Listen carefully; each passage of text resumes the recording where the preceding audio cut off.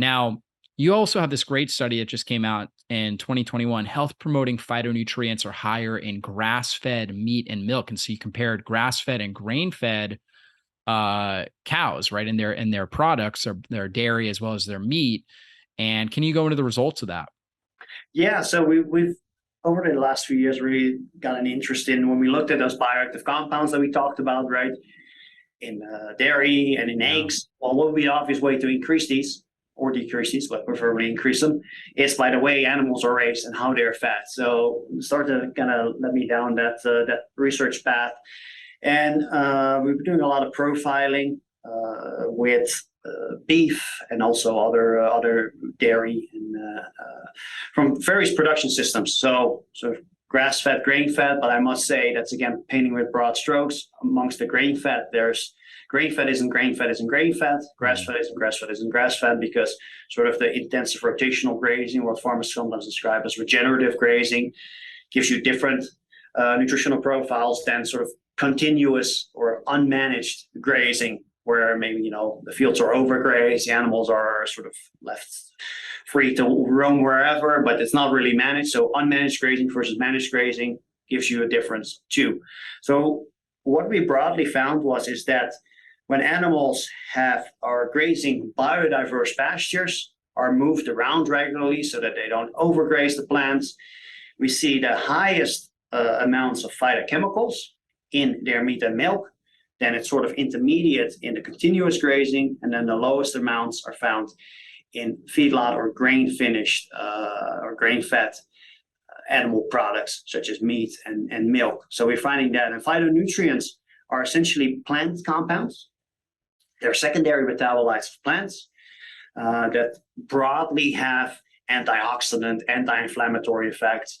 In, again, cell models, they may reduce the risk of cancer or may improve insulin sensitivity and things like that. In humans, again, we need more research on that, but at least sort of from a molecular standpoint, they can have these health effects. Not to say that eating grass-fed beef reduces your risk for cancer, that we cannot say, but these compounds that are accumulated in grass-fed beef in sort of a laboratory-based setting, there may be a reduced risk of cancer in that regard. So humans do 1,000 other things that could increase or decrease the risk of cancer, so it'd be hard to ever prove that. But on paper, it provides for more antioxidant rich meat, and that can translate in. Whether that will translate into health effects, that's something we're studying right now in various randomized controlled trials, because it certainly looks more nutrient dense on paper. And but I think the unique part of that also is that yes, direct consumption of plants will be the main source of phytochemicals in the human diet, but animals can consume vegetation that you and I cannot consume, certain grasses, certain forbs, with medicinal properties that if we would eat those, we cannot digest them. But when the animal consumes them and low amounts or get incorporated into their meat and milk, that's a way for us to access those nutrients in a safe manner. And how are you measuring those? Which ones are you looking at? Like omega-3 fats, conjugated linoleic acid? Are you looking at vitamin A levels, vitamin E? Which ones in particular are you seeing? Yeah, well, all of the above. We do a lot of fatty acid profiling, which is impacted by the forages, because grasses contain alpha-linoleic acid, which is the precursor to DHA, EPA, and DPA, the omega-3 fatty acids. So we're measuring these things. CLA, we're measuring those too. But we're also using metabolomics approach to look at phytochemicals, and these could be things like chlorogenic acid, which is found rich in coffee as well. Right. Also get incorporated. Very good for insulin sensitivity, blood sugar stability. Yeah, it's powerful polyphenol. Yep. So you're finding that in the meat and the dairy. Yeah, you're finding it in the meat, and then quinic acid, it'd be quercetin, it'd be some of the compounds you find in green teas. We're measuring catechins.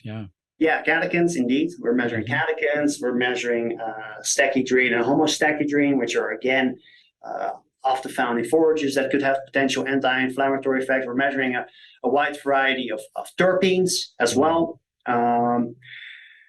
which can have medicinal Yeah. properties. So those can Terpenes also, are very adaptogenic. So a lot of adaptogens, ashwagandha, things like that have terpenes, which, are theoretically thought to almost kind of act like a thermostat in our body, where they help kind of balance our physiology based on, our stress levels, our sleep, things like that, to help give us more energy and more resilience. So very interesting.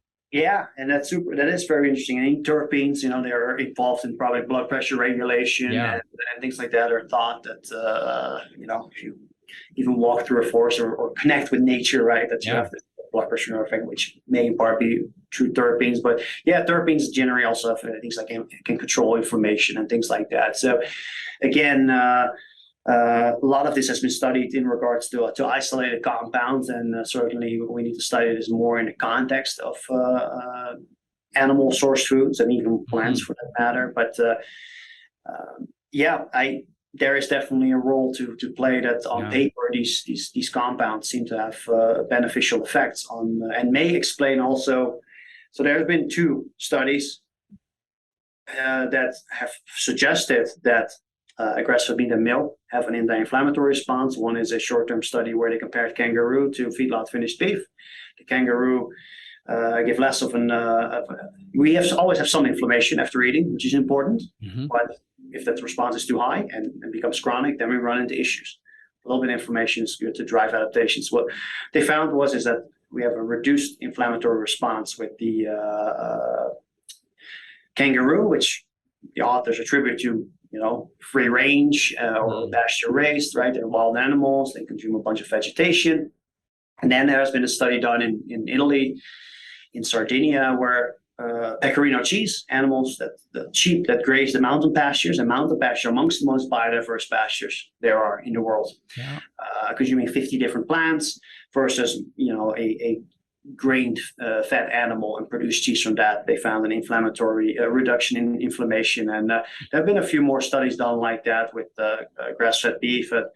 Most have looked at omega-3 status, but there is some, at least I say the data is not very strong, but there may be some suggestions to sort of functional outcome, or I should say biomarker outcomes that may explain the sort of the phytochemical richness in the meat and milk, and that it can potentially lead to at least beneficial adaptations in biomarkers of metabolic health.